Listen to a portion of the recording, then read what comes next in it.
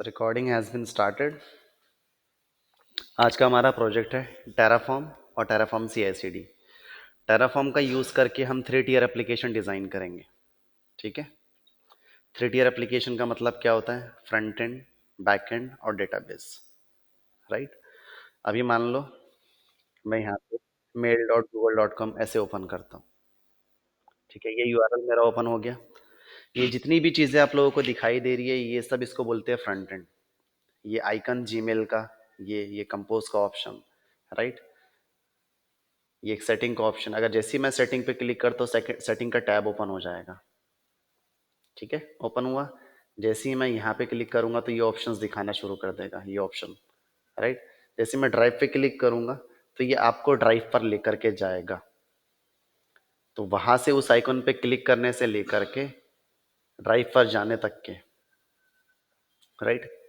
इसके बिहाइंड में जो कोड कॉल होता है उसको कहते हैं बैकएंड, और जो आपको दिखाई दे रहा है उसको कहते हैं फ्रंट एंड। ठीक है। तो ये आपका फ्रंट एंड हो गया। और बैक एंड में जो कॉल हो रहा है, किसी भी ऑप्शन पे, किसी भी बटन पे अगर आप क्लिक करते हो, वो बटन अगर वर्क कर रहा है, सही जगह पे आपको लैंड करवा रहा है जो आपको चाहिए, जैसे मैंने ड्राइव ओपन किया वैसे ही। ठीक है। तो बैक एंड तक पहुंचने के लिए उसके बिहाइंड में जो कोड कॉल होता है वो बैक एंड का कोड रहता है। ठीक है। अब रहा डेटाबेस। डेटाबेस के लिए मैंने ऑलरेडी एग्जांपल दे के रखा था आपको। मान लीजिए डेली बेसिस पर आपके ट्रांजैक्शन चल रहे हैं, आपके अकाउंट में जितना भी पैसा आप डेबिट कर रहे हो, क्रेडिट कर रहे हो, उसकी हिस्ट्री ऐड होती है कि इतने बज के इतने मिनट पे ये एटीएम से, या फिर इस पर्सन को आपने इतने इतने ट्रांसफ़र किए, या इस पर्सन ने आपके अकाउंट में इतने इतने अमाउंट क्रेडिट किया है, राइट। और जैसे ही आप बैंक में जाते हो या फिर आप नेट बैंकिंग से लॉगिन करते हो, स्टेटमेंट जनरेट करते हो, तो आपको डेटा मिलता है वहाँ पर, राइट, जिसमें आपका कस्टमर आईडी रहेगा, जिसमें डेट रहेगी, विड्रॉल का एक कॉलम रहेगा, डिपॉजिट का एक कॉलम रहेगा। ये सारा का सारा डेटा निकल के आता है डेटाबेस के अंदर से। ठीक है। तो फ्रंट एंड बैक एंड से कनेक्ट रहेगा, तभी जाके जैसे ही आप ये ऐसे इस तरीके के ऑप्शंस पे क्लिक करोगे, राइट। मान लो मैंने नेट बैंकिंग पे मैं इधर आ जाता हूँ, HDFC या योनो, योनो SBI.SBI ऐसे ही है ना वेबसाइट? नहीं, ये SBI.com ऐसा है। चलो HDFC.com, HDFC ओपन हो गया। ठीक है। तो ये पूरा का पूरा फ्रंट एंड है आपका। अब इसमें से अगर मैं ये लॉगिन बटन पे क्लिक करूँगा कस्टमर लॉगिन पर, तो ये मेरे को कस्टमर लॉगिन के पेज पे लेके जाएंगे। बोलेंगे यूज़र आईडी एंटर करो, पासवर्ड एंटर करो। ठीक है। जैसे ही मैं एंटर करूँगा तो ये मुझे लॉगिन करवा देगा। ठीक है। उसके बाद में मैं उसमें जाऊँगा पेमेंट हिस्ट्री में, फिर वहाँ से मेरा बैंक स्टेटमेंट जनरेट कर लूँगा, और बैंक स्टेटमेंट जनरेट होके निकल के कहाँ से आएगा? आपके डेटाबेस में से निकल के आएगा। ठीक है। तो वो भी आपके एप्लीकेशन का पार्ट है। अब जब आपका ये फ्रंट एंड बैक एंड के अंदर जा रहा है, जैसे आप जनरेट बैंक स्टेटमेंट और वहाँ पे डेट मेंशन करके क्लिक कर रहे हो जनरेट करने के लिए, तो आपका बैक एंड से ट्राई कहाँ पे हो रहा है? कनेक्ट होने का कहाँ पे ट्राई हो रहा है? डेटाबेस पे। तभी तो वो दोनों के बीच में कनेक्टिविटी रहेगी, तभी आएगा, राइट।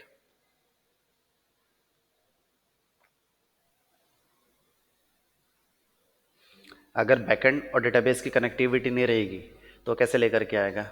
नहीं लेकर के आ सकता। दोनों के बीच में कनेक्टिविटी होना ज़रूरी है। जैसे आपने ऐसे सच पोर्ट नंबर ओपन कर दिया एक सर्वर पे, लेकिन अगर फायरवॉल में ब्लॉक है, ठीक है, तो एक्सेस हो पाएगा क्या दूसरे सर्वर से? नहीं हो पाएगा। तो वैसे ही फ्रंट एंड बैक एंड से कनेक्ट रहता है और बैक एंड डेटाबेस से कनेक्ट रहता है, तभी जाके आपका एप्लीकेशन इस तरीके से वर्क करेगा। ठीक है। आपने किसी भी बटन पे आपने क्लिक किया तो वो आपको बैकएंड का बैकएंड के कोड का यूज़ करके वो फंक्शनैलिटी को अलाउ करेगा, जैसे कि वेब पेज वगैरह ओपन करके देना, लॉगिन करके देना, राइट। और जैसे ही आप स्टेटमेंट वगैरह जनरेट करोगे बैंक का, ठीक है, तो वो उस तरीके से वर्क करेगा। जैसे पेमेंट आपने किसी को पे किया या आपने विड्रॉल किया, राइट, तो सारी की सारी एंट्री कहीं ना कहीं तो ऐड होती है, तो वो डेटाबेस में स्टोर होता है सारा का सारा डेटा, और फिर आप वहाँ से निकाल के ला सकते हो। ठीक है। तो ये इसको कहते हैं 3 टियर एप्लीकेशन। 3 टियर में पहला टियर जो हो गया फ्रंट एंड का, सेकंड वाला जो टियर हो गया वो हो गया बैक एंड का, और थर्ड वाला जो टियर हो गया वो है डेटाबेस टियर।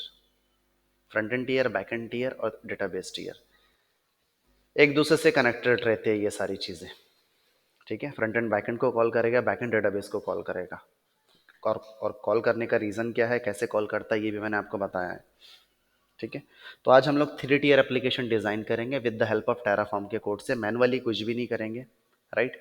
मान लो मेरे पास में H D be financial services का एक एप्लीकेशन है, मैंने बनाया हुआ एप्लीकेशन, फाइनेंस का वो एप्लीकेशन है। एच डी बी मेरे पास में आया था, उसने बोला कि मेरी फाइनेंस की कंपनी है, मैं लोगों को लोन प्रोवाइड करता हूँ टेलीविज़न पे, मोबाइल हैंडसेट्स पर, राइट, टू व्हीलर पर, ये सारे लोन्स मैं प्रोवाइड करता हूँ। लेकिन मैं कब तक के अपने रजिस्टर में इनकी एंट्रीज मेंटेन करके रखूँ, रजिस्टर आज निकल डैमेज हो जाएगा, फिर वो रिकॉर्ड मेरे पास से चले जाने वाला है, आउट हो जाएगा।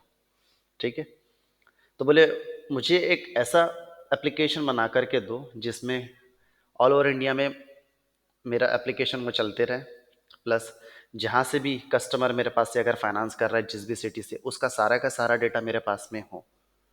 जैसे कि उसका लोन ईएमआई कितना है, उसका डिलीवरी ऑर्डर नंबर कितना है, जो हैंडसेट या जो आर्टिकल उसने परचेज़ किया है, ठीक है, तो उस आर्टिकल का नंबर क्या है, राइट, मैं उसने डाउन पेमेंट कितना किया था, कौन सी डेट को, कस्टमर का क्या एड्रेस है, कहाँ पे रहता है, उसका मोबाइल नंबर क्या है, ये सारा का सारा डेटा मेरे पास में होना चाहिए। जब भी मैं उसको अपने एप्लीकेशन से निकालने का ट्राई करूँ, व्यू करने का, देखने का ट्राई करूँ, तो उसने ये रिक्वायरमेंट मेरे को दी थी, मैंने ये एप्लीकेशन बना लिया। अब मुझे ये लगा कि यार ये एप्लीकेशन तो मैंने बना लिया, लेकिन ये एच डी बी एक ही फाइनेंस वाला थोड़ी है, ऐसा दुनिया में बहुत सारी कंपनीज हैं जो फाइनेंस करके देती है। क्यों ना मैं यही प्रोडक्ट लोगों को, दूसरों को सेल करना चालू कर दूं, है ना। तो फिर आदित्य बिरला वाले के पास में मैं गया, मैंने बोला कि ये देखो इस तरीके के एप्लीकेशन की सर्विसेज हम लोग देते हैं, आप लोग भी फाइनेंस की कंपनी है आपकी भी, तो मैं आपको इस तरीके का एप्लीकेशन डिज़ाइन करके दे सकता हूँ। उसको मैंने डेमो दिया बुला करके कि देखो इस तरीके का एप्लीकेशन है मेरा, इस तरीके से काम करेगा, आपका डेटा यहाँ पर स्टोर होगा, ये रिपोर्ट्स आपको मिल सकती है डेली बेसिस पर, इतने इतने सर्वर्स आपको लगेगा, और अगर अगर आप ये एप्लीकेशन को होस्ट करना चाहते हो, मेरे पास से परचेज करना चाहते हो इस प्रोडक्ट को, तो उसको उसने देखा, आदित्य बिरला वाले ने, उसको बहुत अच्छा लगा, क्योंकि उसकी भी फाइनेंस की कंपनी थी, उसका भी सेम स्ट्रक्चर था काम करने का। उसने भी ये प्रोडक्ट मेरे से परचेज कर लिया। ठीक है, मेरे पास में 2 कस्टमर हो गए, एच डी बी पहले था, दूसरा आदित्य बिरला फाइनेंस हो गया। अब तीसरा मैं जा रहा हूँ उसके पास में, होम क्रेडिट वाले के पास में। होम क्रेडिट भी सेम चीज़ करता है। ठीक है, उसको भी मैंने, उसके साथ में एक मीटिंग ली, मैंने डेमो दिया अपने प्रोडक्ट का, और उसको भी मैंने पटा लिया। वो भी मान गया कि बहुत अच्छा प्रोडक्ट है, मैं लेना चाहता हूँ इसको। मैं भी अभी तक के मैनुअली रजिस्टर में एंट्री कर रहा था सारी चीज़ें, किसने क्या क्या फाइनेंस किया है। ठीक है, अब सब कुछ मुझे इस पे चाहिए, मैं इसकी सर्विसेज भी लेने के लिए रेडी हूँ, मैं इसका सपोर्ट भी लेने के लिए रेडी हूँ, अब बताओ आपको कितना पैसा चाहिए। मैंने उसको बोला कि एक फाइनेंस अगर होगा तो एक फाइनेंस पर मैं 370 रुपये लूँगा आपसे, पर फाइनेंस पर। अब ऑल ओवर इंडिया में अगर दिन में 25,000 लोग फाइनेंस करते होंगे, तो उतना चार्ज आपको डेली बेसिस का मेरे को पे करना है। उसने बोला ठीक है, मैं पे करने के लिए रेडी। वो उसके जेब से नहीं गया पैसा, वो पैसा गया मेरी जेब से, कस्टमर की जेब से, जिसने मोबाइल फाइनेंस किया था उसकी जेब से। उसमें जो प्रोसेसिंग फीस लगता है ना, उसमें से गया वो पैसा। प्रोसेसिंग फीस उसी चीज़ का चार्ज होता है, हमारे एप्लीकेशन के पोर्टल का मेंटेनेंस। ठीक है, इंटरेस्ट तो वो अलग ले रहे, लेकिन ये जो प्रोसेसिंग फीस है, हम अपना उसका एप्लीकेशन यूज़ कर रहे हैं जिसमें हम अपना डेटा डाल रहे हैं, डिलीवरी ऑर्डर जनरेट हो रहा है, राइट। तो ये उसका फीस है। तो सर्वर जो मैनेज कर रहा था, एप्लीकेशन जिसने बनाकर दिया था, किसने दिया था, मैंने दिया था, तो वो पैसा मेरे को आ रहा है डेली बेसिस पर।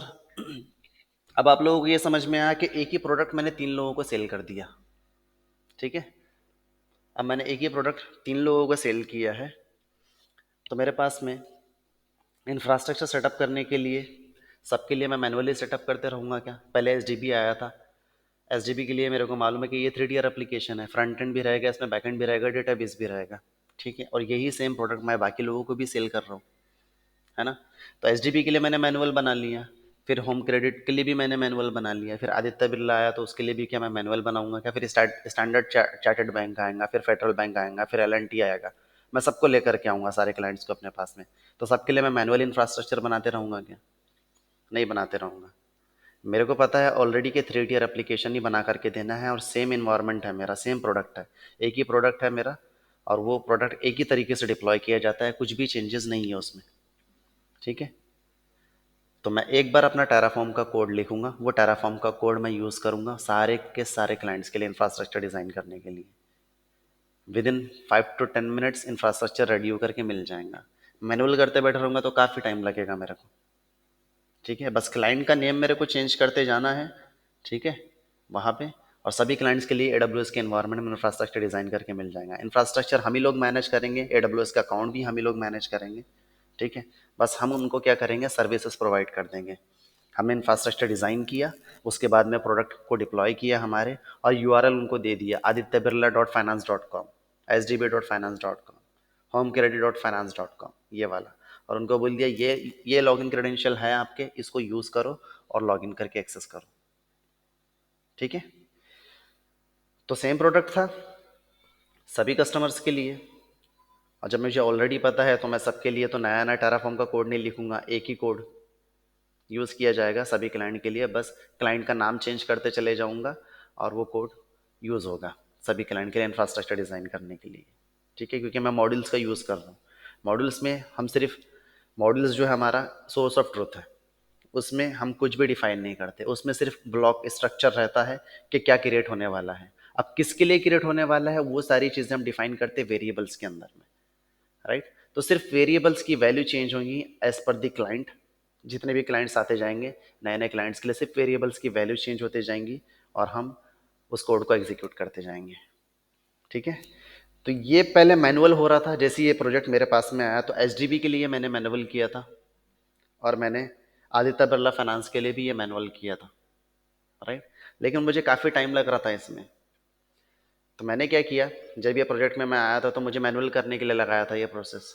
तो मैंने क्लाइंट को सजेस्ट किया कि हम ये मैनुअली नहीं करते, हम क्या करेंगे, इसको ऑटोमेट कर देते। जितने भी क्लाइंट्स हमारे पास में आएंगे विद इन 5 to 10 मिनट्स उनको इंफ्रास्ट्रक्चर रेडी करके मिल जाएगा। ठीक है, मैं आपको ऐसा टेराफॉर्म का कोड लिख करके देता हूँ जो सभी क्लाइंट के लिए यूज़ किया जाएगा। मैंने वो कोड लिखा।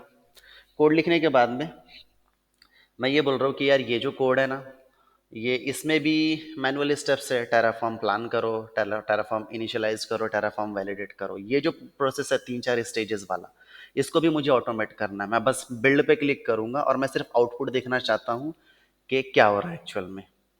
टेराफॉर्म प्लान अगर मैं एग्जीक्यूट करता हूँ तो क्या जितने रिसोर्सेस मैं क्रिएट करने का ट्राई कर रहा हूँ वो सही सही से क्रिएट हो रहे हैं।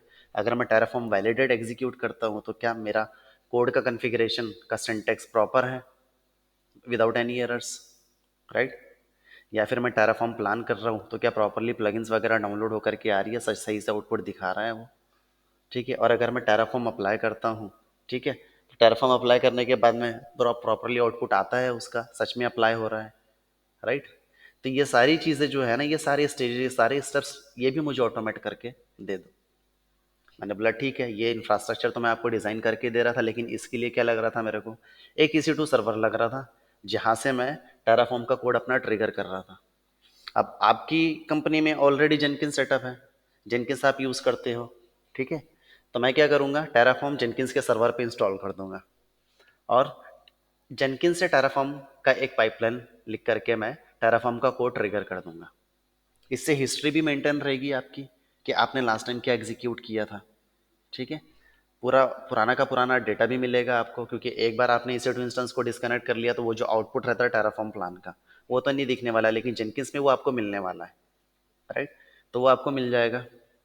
प्लस आपका ये जो मैनुअल प्रोसेस था टेराफॉर्म एग्जीक्यूशन के लिए EC2 इंस्टेंस वाला, तो वो भी हमने ऑटोमेट कर दिया। आप बस, आपको क्या करना है, गिटहब रिपोजिटरी पे अपना कोड डाल देना है, जो भी क्लाइंट के लिए आप इंफ्रास्ट्रक्चर डिज़ाइन कर रहे हो।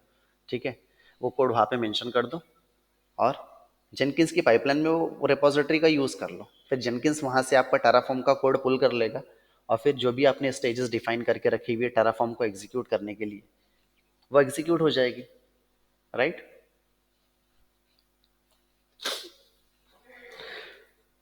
तो ये चीज़ें मैंने ऑटोमेट करी। सबसे पहले मैंने प्रोडक्ट, उनका सेम प्रोडक्ट यूज़ किया जा रहा था मल्टीपल क्लाइंट्स के लिए, तो मैंने उसके लिए टेराफॉर्म का कोड लिख दिया कि सभी प्रोडक्ट के लिए ये इंफ्रास्ट्रक्चर डिज़ाइन किया जाता है, सेम इंफ्रास्ट्रक्चर है, तो मैं तुमको टेराफॉर्म का कोड लिख के दे रहा हूँ, ये चीज़ इस तरीके से ऑटोमेट हो जाएंगी। और फिर ये जो टेराफॉर्म एग्जीक्यूशन का जो आ, हमारा मैनुअल स्टेप्स था, मैं इसको भी ऑटोमेट करके दे रहा हूँ, क्योंकि तुम लोग ऑलरेडी जेनकिंस यूज़ करते हो। तो जेनकिंस में मैं पाइपलाइन लिख करके देता हूँ जो टेराफॉर्म को ट्रिगर करेगा। ठीक है, और उसके बेनिफिट्स क्या है वो मैंने आपको ऑलरेडी एक्सप्लेन करके रखा हुआ है।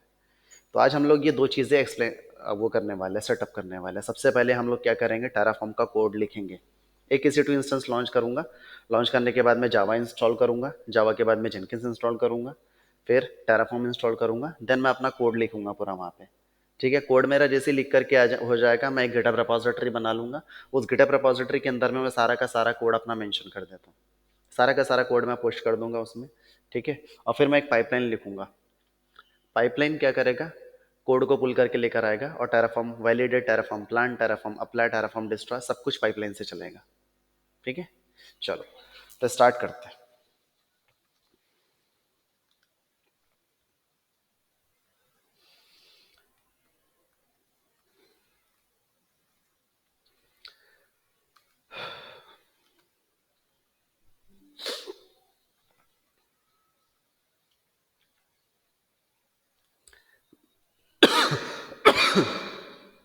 सॉरी, लॉन्च इंस्टेंस पे क्लिक करता हूँ।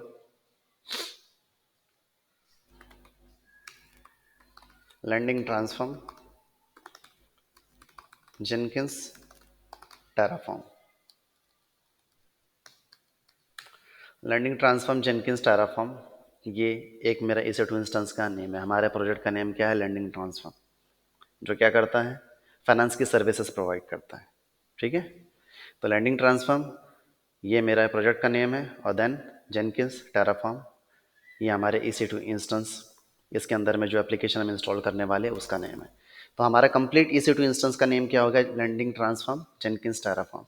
तो ये नेम से आपका EC2 इंस्टेंस लॉन्च किया जाएगा। देन उबंटू मैं यहाँ पर सिलेक्ट कर लेता हूँ। ठीक है, इंस्टेंस टाइप मैं यूज़ करूँगा T2 डॉट मीडियम, क्योंकि जेनकिंस को डेटा स्टोर करने के लिए लगेगा, प्लस जेनकिंस को मेमोरी और CPU भी ज़्यादा लगता है। तो 2 वर्चुअल CPU और 4 GB मेमोरी हमको मिलेगा इसमें। ठीक है, अब की पेयर, की पेयर में landing transform dash Jenkins Terraform create की पेयर। हो गया क्रिएट। अब स्टोरेज लगने वाला है जेनकिंस, ताकि अपना डेटा स्टोर कर सके। ठीक है, तो 50 GB मिनिमम तो देना ही है इसको। I will click on launch instance.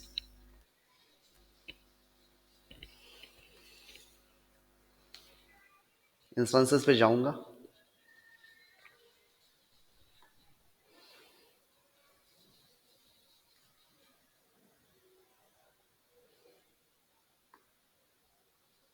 Landing transform Jenkins,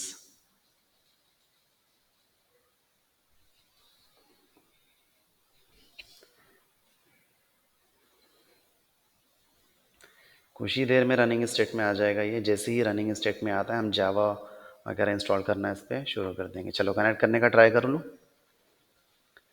connect.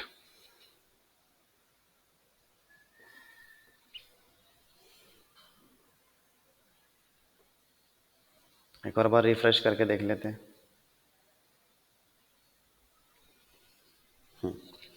हो गया लॉगिन। अभी इंस्टॉल करूँगा पहले टेराफॉर्म। मैंने टेराफॉर्म का प्लगइन डाउनलोड किया। डाउनलोड हो गया टेराफॉर्म 1.4.6। ठीक है, अनजिप कमांड नहीं available, pseudo apt install unzip. ये अनजिप कमांड इंस्टॉल कर देगा ताकि हम बैनरी को अनजिप कर सकें। ठीक है, देन अनजिप कर लेते हैं इसको।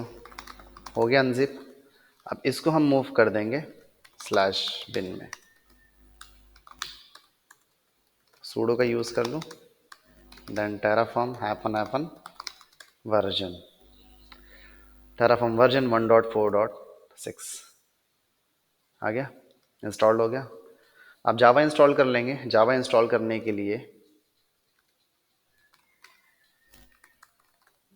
sudo apt अपडेट, पहले रिपोजिटरी को मैं अपडेट कर लूँगा, देन जावा को इंस्टॉल करेंगे। sudo apt install openjdk 17 gre, ये वाला वर्जन, तो आपका जावा इंस्टॉल्ड हो जाएगा।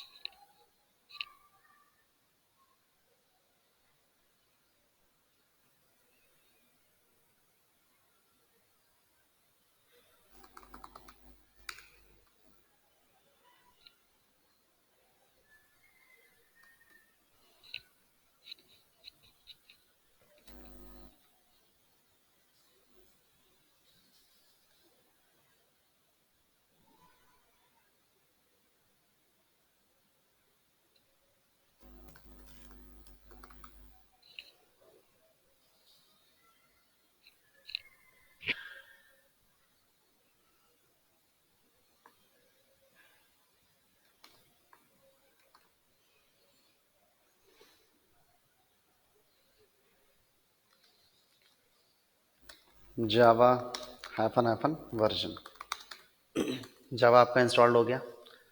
अब इंस्टॉल करेंगे जेनकिंस। ये अपनी कमांड कॉपी करूंगा मैं,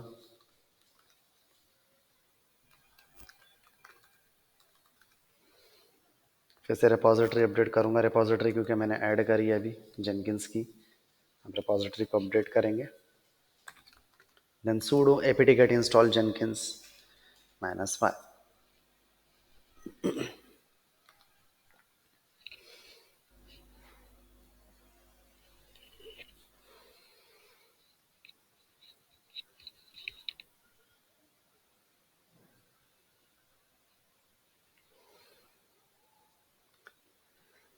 जब तक कि जेनकिंस इंस्टॉल्ड होता है एक S3 बकेट बना लेते हैं, ठीक है।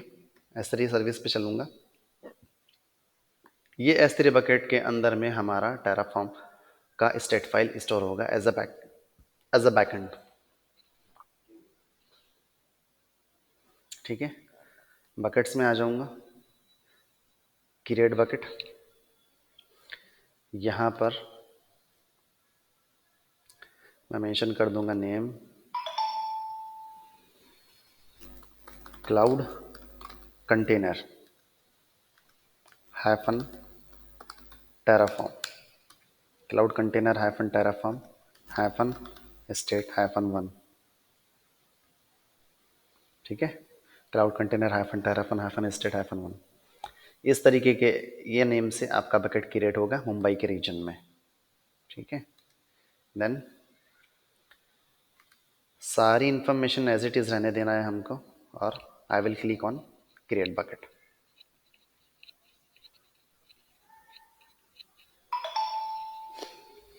हो गया क्रिएट। चलो जेनकिंस भी इंस्टॉल हो गया हमारा। sudo systemctl status Jenkins running state में है, ठीक है। अब मैं DynamoDB पे चलता हूँ। यहाँ पे मैं एक टेबल क्रिएट करूँगा, ठीक है। वो टेबल क्या करेगा, आपकी terraform.tf स्टेट फाइल को लॉक करेगा जब आप terraform अप्लाई एग्जीक्यूट करोगे तो, ठीक है। ताकि वो फाइल कोई और भी person at the same time use ना कर सके, क्योंकि आप भी terraform अप्लाई कर रहे हो और वो भी terraform अप्लाई करेगा तो कॉन्फ्लिक्ट होगा ना उससे। तो उसको कॉन्फ्लिक्ट को अवॉइड करने के लिए हमें ये करना है, इसको बोलते हैं terraform स्टेट लॉकिंग, जो मैंने आपको ऑलरेडी terraform में पढ़ाया था, ठीक है। तो क्रिएट टेबल पे क्लिक करता हूँ। क्रिएट टेबल पे क्लिक करने के बाद टेबल का नेम मेंशन करना है। तो टेबल का नेम रहेगा मेरे क्लाउड कंटेनर टेराफॉर्म टेबल, इस नाम से। देन स्ट्रिंग में लॉक आईडी, सॉरी यहाँ नहीं, यहाँ नहीं आएगा, ये यहाँ आएगा पार्टीशन की में। ठीक है, देन सारी इंफॉर्मेशन एज इट इज़, और आपको जस्ट क्रिएट टेबल पर क्लिक करना है।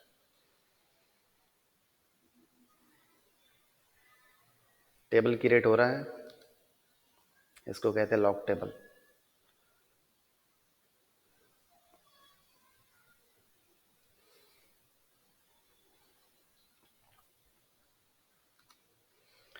अब इसी टू इंस्टेंस पे चलूँगा।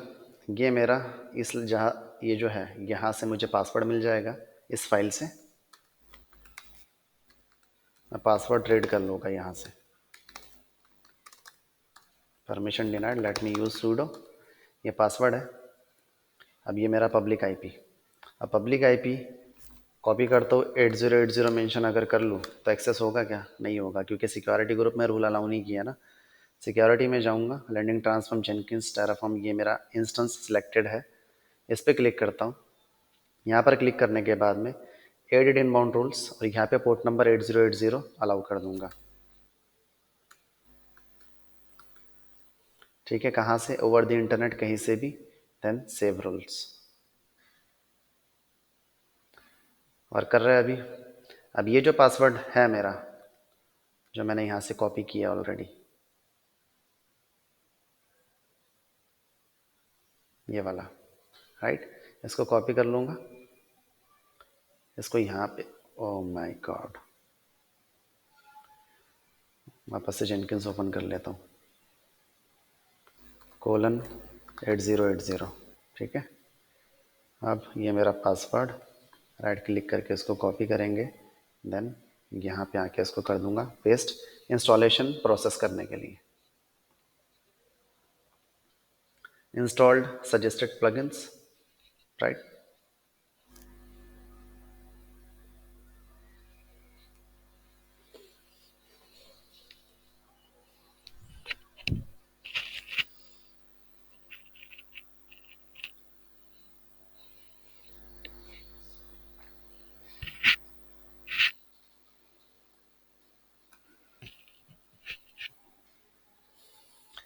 थोड़ी देर में इंस्टॉलेशन इसका कंप्लीट हो जाएगा, तब तक के हम लोग EC2 इंस्टेंस पे हमारा टेराफॉर्म का कोड लिखना स्टार्ट कर देते हैं। EC2 इंस्टेंस पे आ जाऊँ, यहाँ आने के बाद में मैं एक फ़ोल्डर बनाऊँगा MKDIR थ्रेड ईयर के नाम का। उस फोल्डर में चलूँ, कुछ भी नहीं है, टोटल ज़ीरो। अब यहाँ पे एक फ़ोल्डर बना लूँगा जिसका नाम रहेगा मॉड्यूल्स नाम का, जिसमें हम हर एक सर्विसेज का मॉड्यूल लिखेंगे। हर एक सर्विसेज मतलब थ्रेड ईयर एप्लीकेशन डिज़ाइन करने के लिए आपको EC2 भी लगेगा, एप्लीकेशन लोड बैलेंसर भी लगेगा, VPC भी लगेगा, RDS भी लगेगा, सिक्योरिटी ग्रुप्स भी लगेंगे। तो ये सारे के सारे हम जो सर्विसेज है उनको डिफरेंट डिफरेंट मॉड्यूल के थ्रू क्रिएट करने वाले हैं। ठीक है, तो मॉड्यूल्स का फोल्डर बन गया। अब जेनकिंस हमारा कंप्लीट हुआ क्या? चल रहा है अभी भी इंस्टॉलेशन इसका। ठीक है, नाउ मॉड्यूल्स का फोल्डर बन गया। एक फ़ाइल बना लूँगा provider.tf, इसमें मैं मेंशन करूँगा कि कौन से अकाउंट में, कौन से प्रोवाइडर, कौन से क्लाउड पे आपको क्रिएट करना है इंफ्रास्ट्रक्चर। ठीक है, या मैंने प्रोवाइडर AWS मेंशन कर दिया। रीजन ये terraform.tf फाइल से रीजन को कॉल कर लेगा जब हम मेंशन करेंगे रीजन तो। ठीक है, एक फ़ाइल हो गई मेरी। देन दूसरी फाइल जिसका नाम रहेगा backend.tf, vim backend.tf। बैकएंड के अंदर में बैकएंड का कॉन्फ़िगरेशन, जिसमें लॉक टेबल रहेगा और कौन सी S3 बकेट में आपका terraform.tf स्टेट फाइल स्टोर होना चाहिए वो। तो बैकएंड ऑलरेडी आपको पढ़ाया था मैंने terraform में। ये आपके बकेट का नेम, ये आपकी terraform की फ़ाइल का नेम, इस नाम से स्टोर होगा। आपका फाइल इस बकेट के अंदर में, इस रीजन में, और इनक्रिप्ट रहेगा, यस। और स्टेट लॉकिंग के लिए मैंने क्या यूज़ किया है, क्लाउड कंटेनर टेराफॉर्म टेबल। ये टेबल मैंने यूज़ की है, जब भी आप टेराफॉर्म अप्लाई करोगे तो एट द सेम टाइम कोई दूसरा यूज़र इस Terraform dot T F state file को यूज़ नहीं कर पाएगा, क्योंकि ये लॉक रहेगी इस टेबल में, ठीक है, जिससे कॉन्फ्लिक्ट नहीं होगा। ट्रू मतलब वो जो बकेट है वो इनक्रिप्ट रहेगा। फॉल्स रहेगा तो मतलब बकेट इनक्रिप्ट नहीं रहेगा।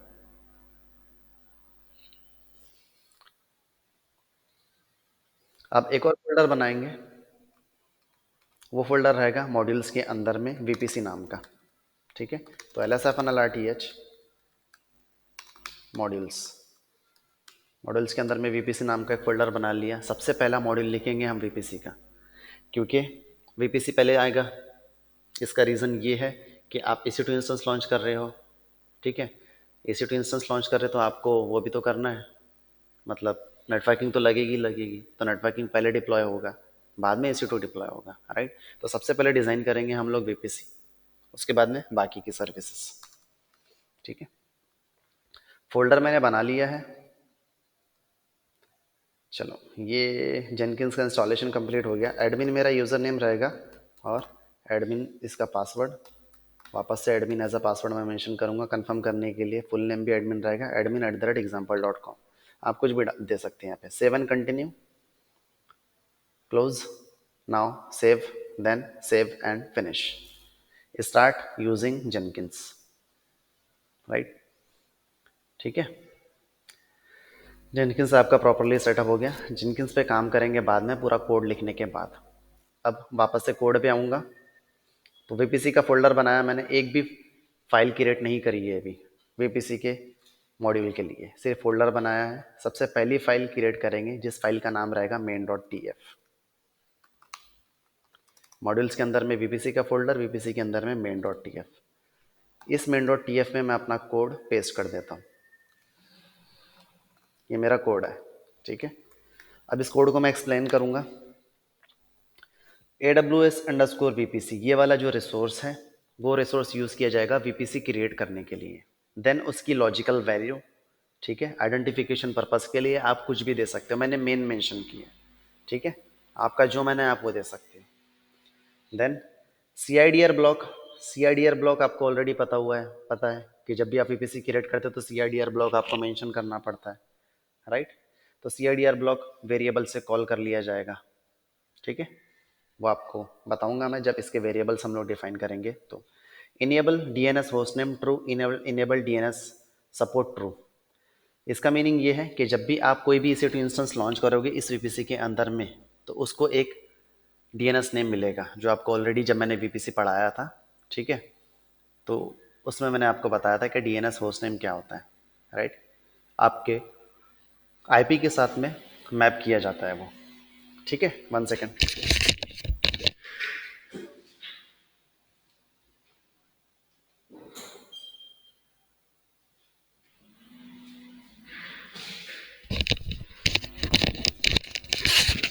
देन उसके बाद में टैग्स, टैग्स में मैंने क्या मेंशन करके रखा हुआ है, name equal to main VPC, मतलब इस वीपीसी का क्या नाम रहने वाला है, मेन वीपीसी, ठीक है। तो ये पहला रिसोर्स आपको समझ में आ गया। देन दूसरा रिसोर्स, ये रिसोर्स है आपका AWS_इंटरनेट_गेटवे। तो इंटरनेट गेटवे क्रिएट करने के लिए टेराफॉर्म का ये रिसोर्स यूज़ किया जाता है। देन उसके बाद में उसकी लॉजिकल वैल्यू, जो आप कुछ भी दे सकते हो, मैंने GW दिया गेटवे, ठीक है। देन उसको वीपीसी के साथ में अटैच करना पड़ेगा, तो वीपीसी आईडी पैरामीटर यूज़ किया जाएगा वीपीसी आईडी अटैच करने के लिए। तो VPC_ID मैंने लिखा, उसके बाद में कौन से वीपीसी का आईडी आप रेफर करना चाहते हो, अटैच करना चाहते हो, तो मैंने कॉल किया है AWS_VPC इस रिसोर्स को, तो ये वाला रिसोर्स है वो। देन डॉट लगा के उसकी लॉजिकल वैल्यू, तो मेन उसकी लॉजिकल वैल्यू थी, तो ये लॉजिकल वैल्यू यहाँ पर आएगी। देन हमको क्या चाहिए, उसका आईडी चाहिए, तो मैंने डॉट आईडी लिखा, तो वो आईडी कॉल करके लेकर के आएगा जब आपका वीपीसी क्रिएट होगा तो, ठीक है। देन आपका रिसोर्स है सबनेट का। 1 सेकेंड।